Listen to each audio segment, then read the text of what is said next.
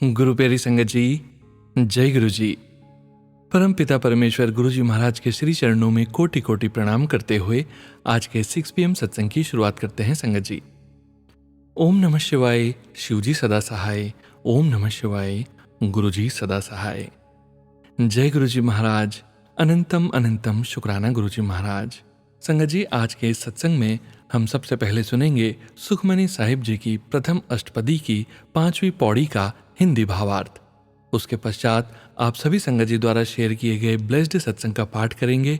सत्संग का विराम करने के पूर्व गुरु जी की पुरानी ब्लेस्ड संगत जी के सत्संग का पाठ करेंगे।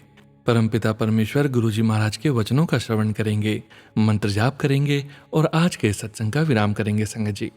संगत जी, गुरु जी महाराज के दरबार में कोई भी नई पुरानी संगत जैसा कुछ नहीं था और ना ही आज है। संगत जी, आप सभी संगत जी के सत्संग में गुरु जी महाराज की पावन ब्लेसिंग्स निहित होती है। इसके साथ ही संगत जी, गुरु जी की नई जुड़ने वाली संगत जी को गुरु जी की पुरानी संगत जी के सत्संग जरूर सुनने चाहिए, बार बार सुनने चाहिए। गुरु जी के वचनों का श्रवण भी बार बार करने चाहिए, जिससे कि हमें गुरु जी महाराज से 1-to-1 कनेक्शन बनाने में सहायता प्राप्त होगी। शुरू करने जा रहे हैं संगत जी आज के सत्संग। ओम नमः शिवाय, शिव जी सदा सहाय। ओम नमः शिवाय, गुरु जी सदा सहाय। जय गुरु जी महाराज, अनंतम अनंतम शुक्राना गुरु जी महाराज।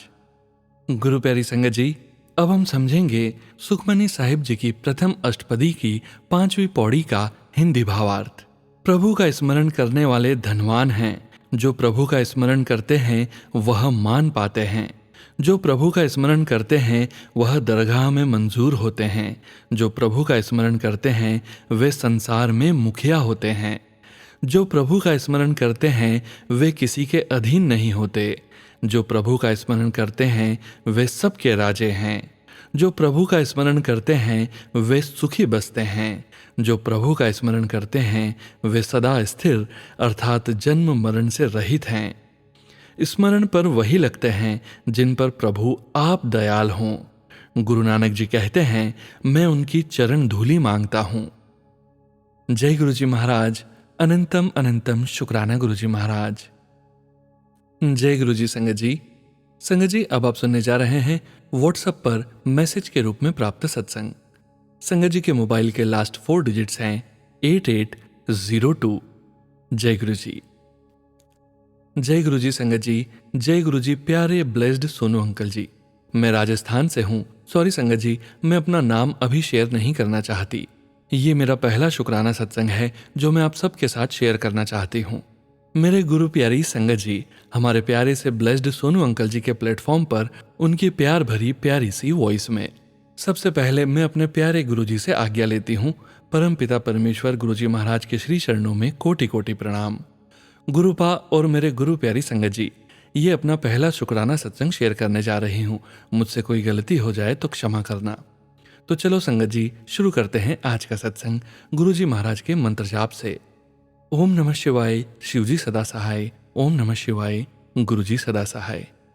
पहली बार गुरु जी महाराज से मैं अप्रैल 2024 से कनेक्ट हुई, अपने फ़ोन पर यूट्यूब चैनल के माध्यम से। शुरू में मुझे सत्संग समझ नहीं आते थे क्योंकि वो पूरे पंजाबी में होते थे। फिर गुरुपा ने मुझे अपने बर्थडे पर 7 जुलाई 2024 को ड्रीम दर्शन से ब्लेस किया। फिर धीरे धीरे हिंदी में सत्संग आने लगे तो मैं सत्संग सुनने लगी। धीरे धीरे गुरुपा से कनेक्शन स्ट्रांग होता चला गया। फिर टेलीपैथी के माध्यम से मैसेज आने लगे, तो मुझे जब भी प्रॉब्लम होती तो मैं गुरुपा से फ़ोन में ही उनके स्वरूप से बात करती और कुछ देर बाद फ़ोन पे टेलीपैथी मैसेज आ जाते और मुझे गुरुपा से मेरे क्वेश्चन के आंसर्स मिल जाते। कुछ टाइम से गुरुपा के मैसेज आ रहे हैं कि पुत्र तू अपना शुक्राना अदा कर। तो मुझे बार बार यही होता था कि क्या शेयर करूं, कुछ समझ नहीं आ रहा। गुरुपा से कनेक्ट होने के बाद तो मेरी लाइफ में हर वेले सत्संग ही होते हैं। क्या ही मैं अपने इन तुच्छ शब्दों में बयां करूं। हम कौन होते हैं गुरुपा का शुक्राना अदा करने वाले। उनके शुक्राने में तो हमारे जन्मों जन्मों भी कम पड़ जाएं।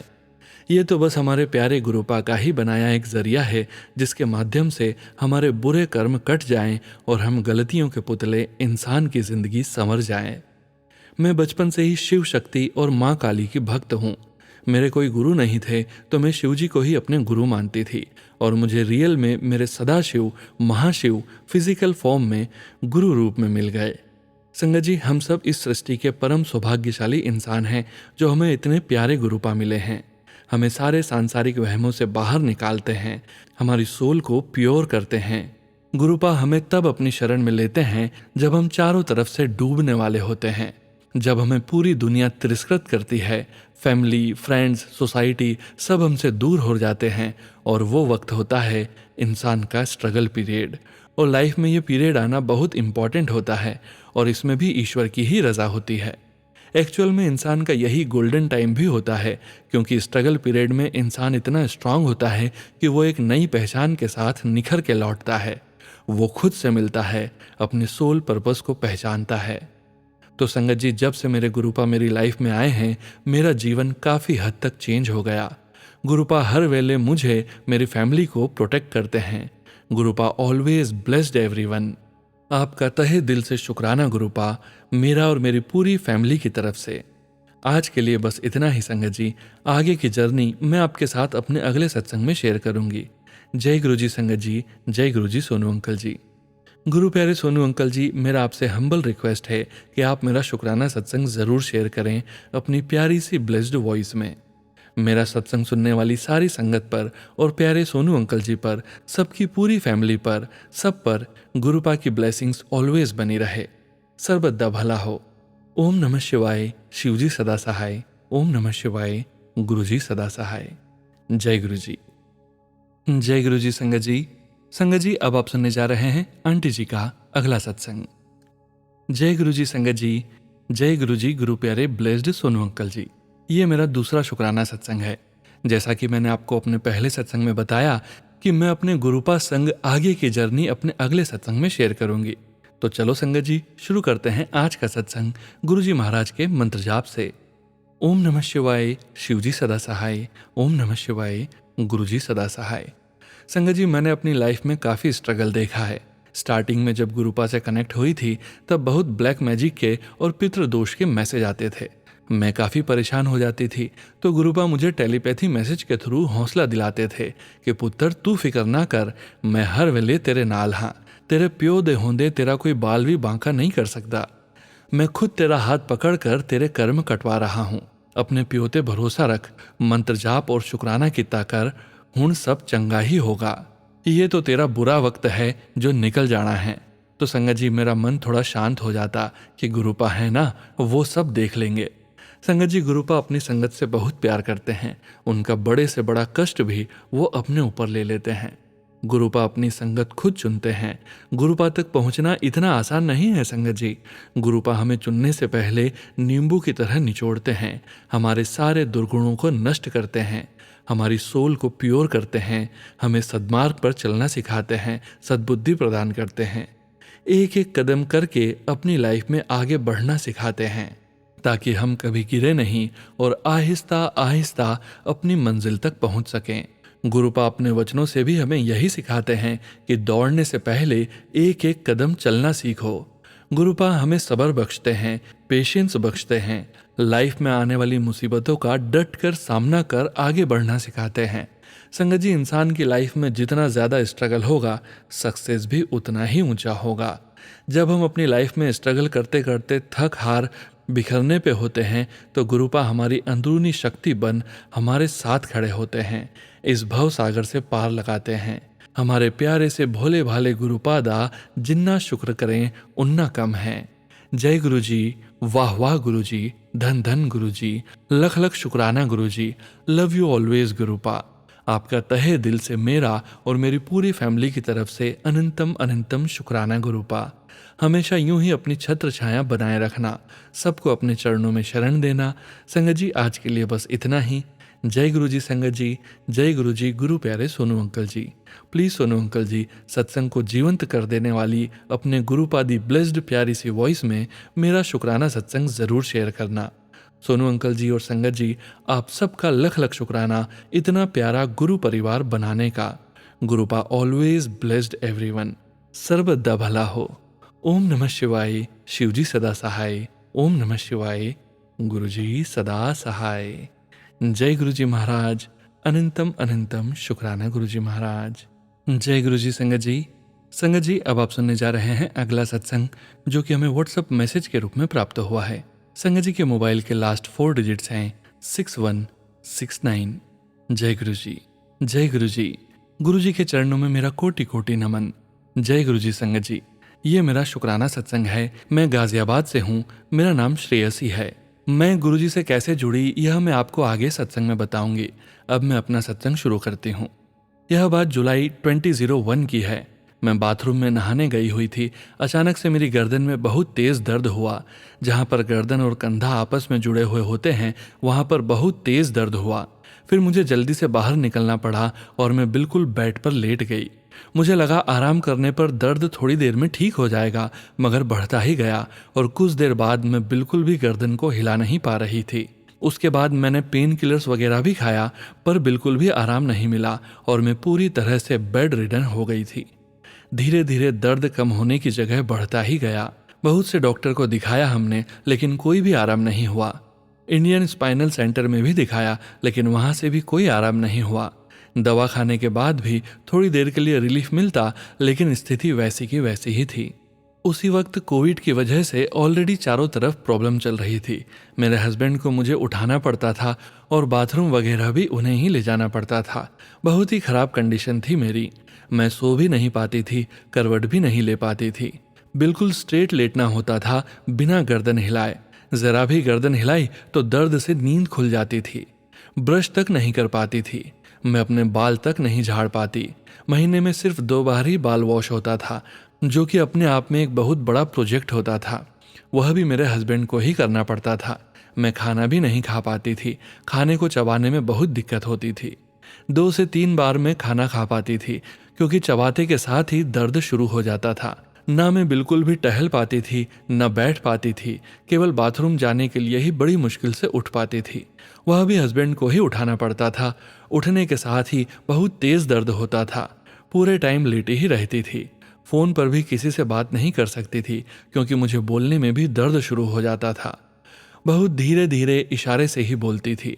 मुझे कपड़े पहनने में भी बहुत दिक्कत होती थी, क्योंकि मेरा लेफ्ट हाथ बिल्कुल भी नहीं उठता था। खास तौर से ठंड में बहुत प्रॉब्लम होती थी, क्योंकि स्वेटर पहनते ही वेट बढ़ने के कारण कंधे में ज़्यादा दर्द शुरू हो जाता था। मेरी हालत बद से बदतर होती जा रही थी।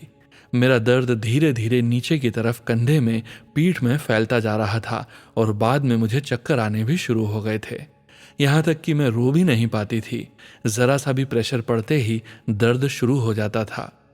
कुछ दिनों बाद मेरे कंधे के नीचे 2 नसों में एक के ऊपर एक चढ़ गई थी, जिसकी वजह से मैं जब भी उठकर लेटती, मैं आधे घंटे तक बिल्कुल भी नहीं हिल पाती, बिल्कुल सीधे लेटी रहती। जरा सी भी हरकत होने पर ऐसा फ्लिकरिंग पेन होता कि जान निकल जाती।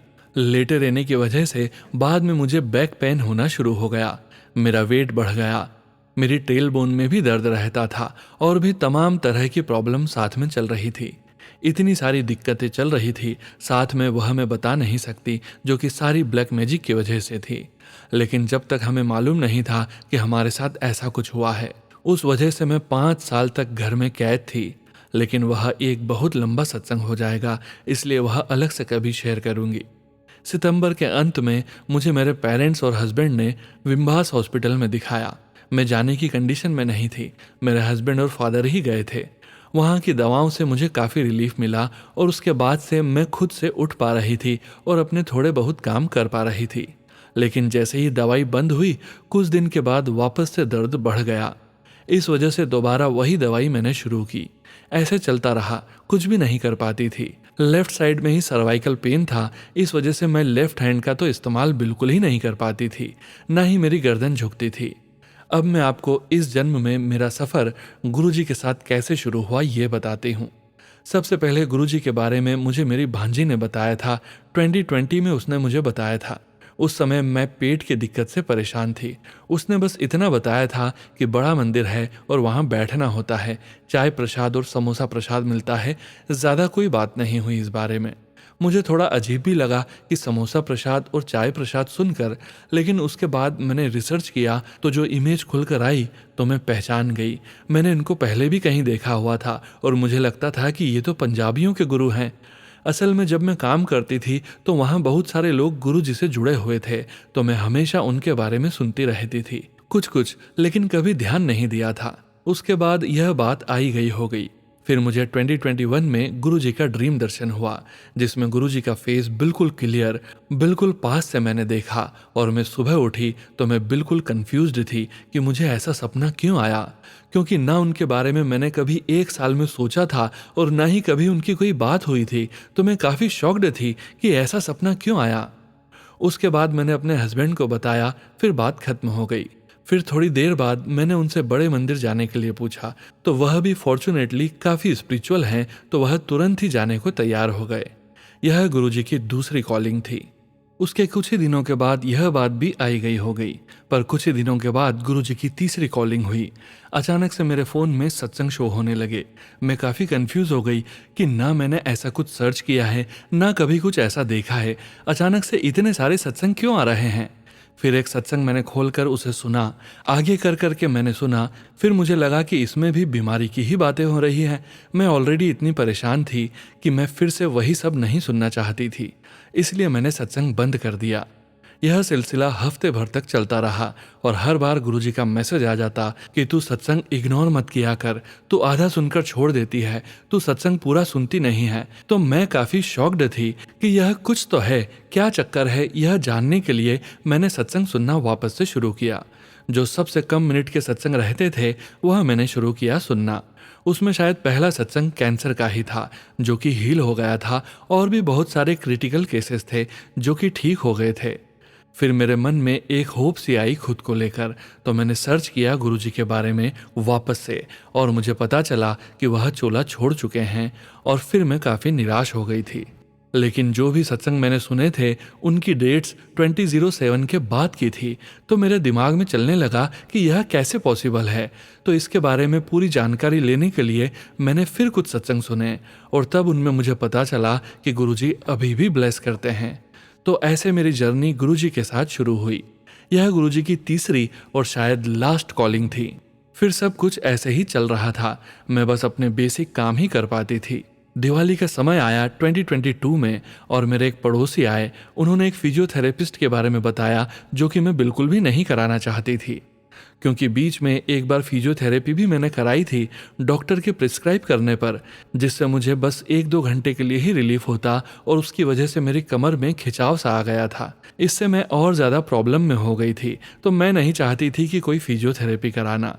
उन्होंने काफ़ी इंसिस्ट किया, वो काफ़ी समय से जानते थे, तो हमने बुलाया दिवाली के एक दिन बाद।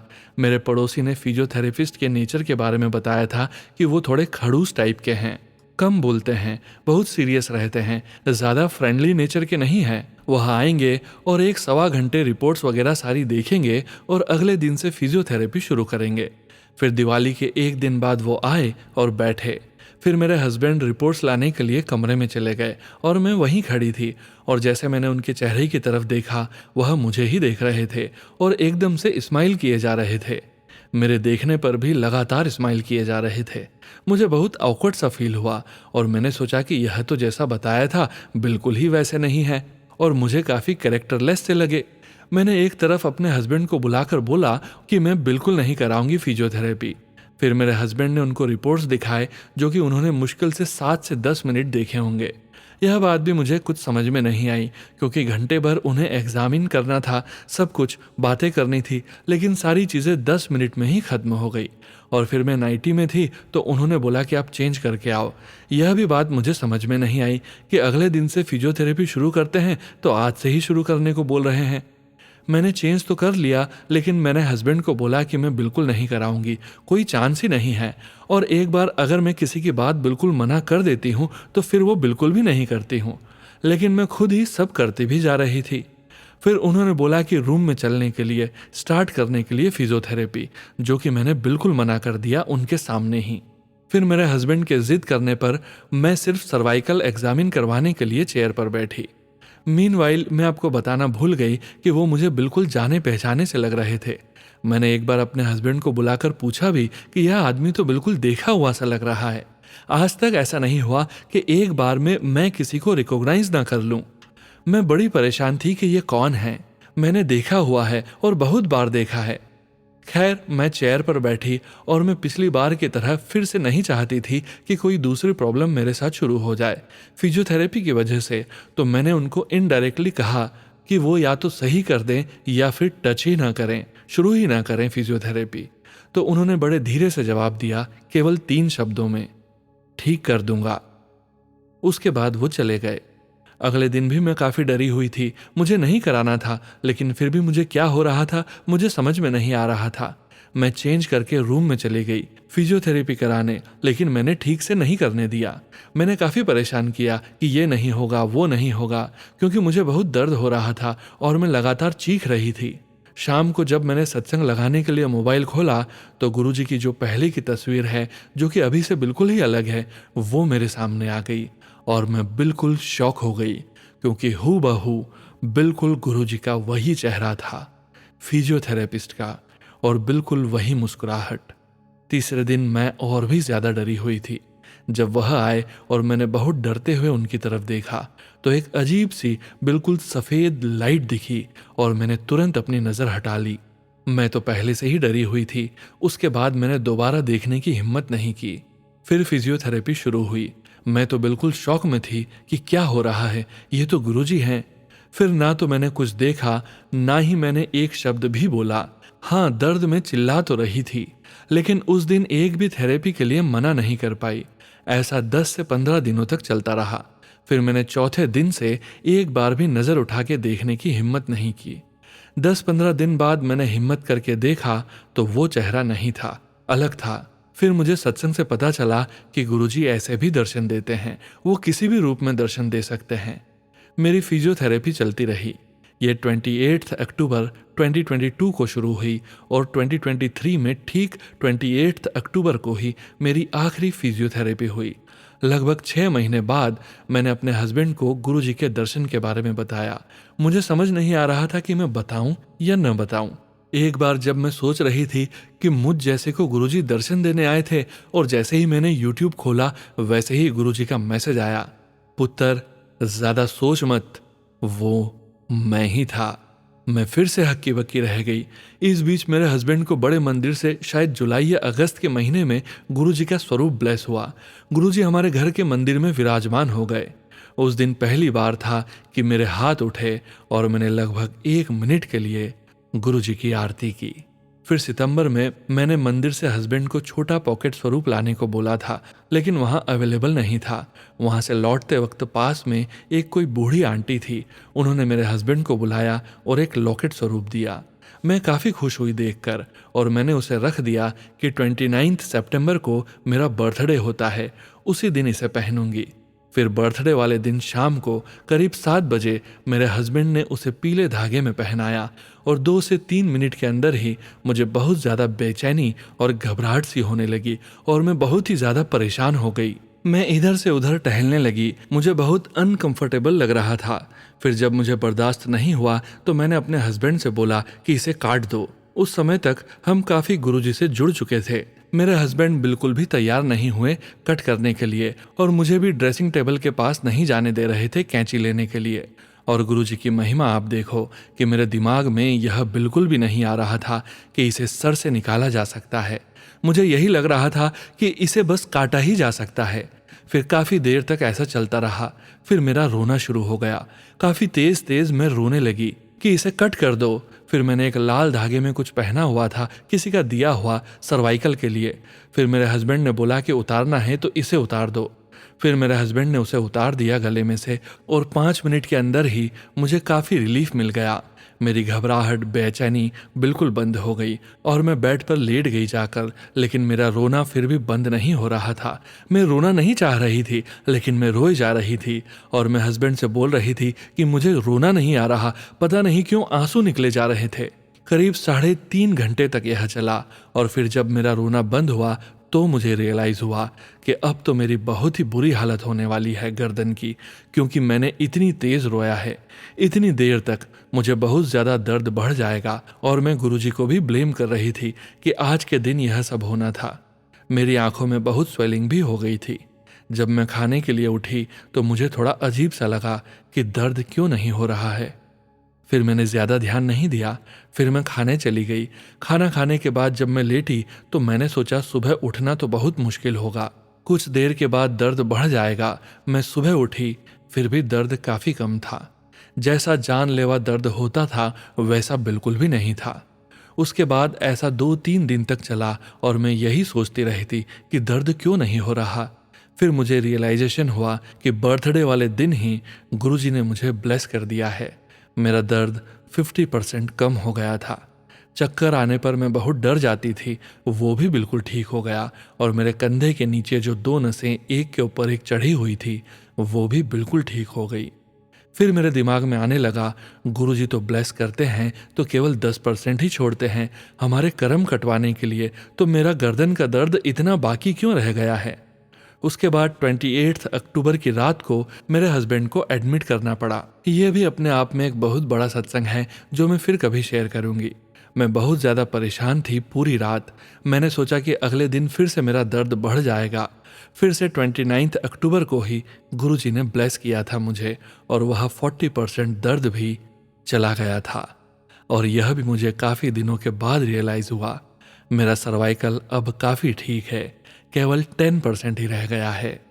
गुरुजी की कृपा से ज़्यादा दिक्कत नहीं होती, जो कि आने वाले समय में कर्मों के भुगतान के साथ अपने आप ही ठीक हो जाएगा।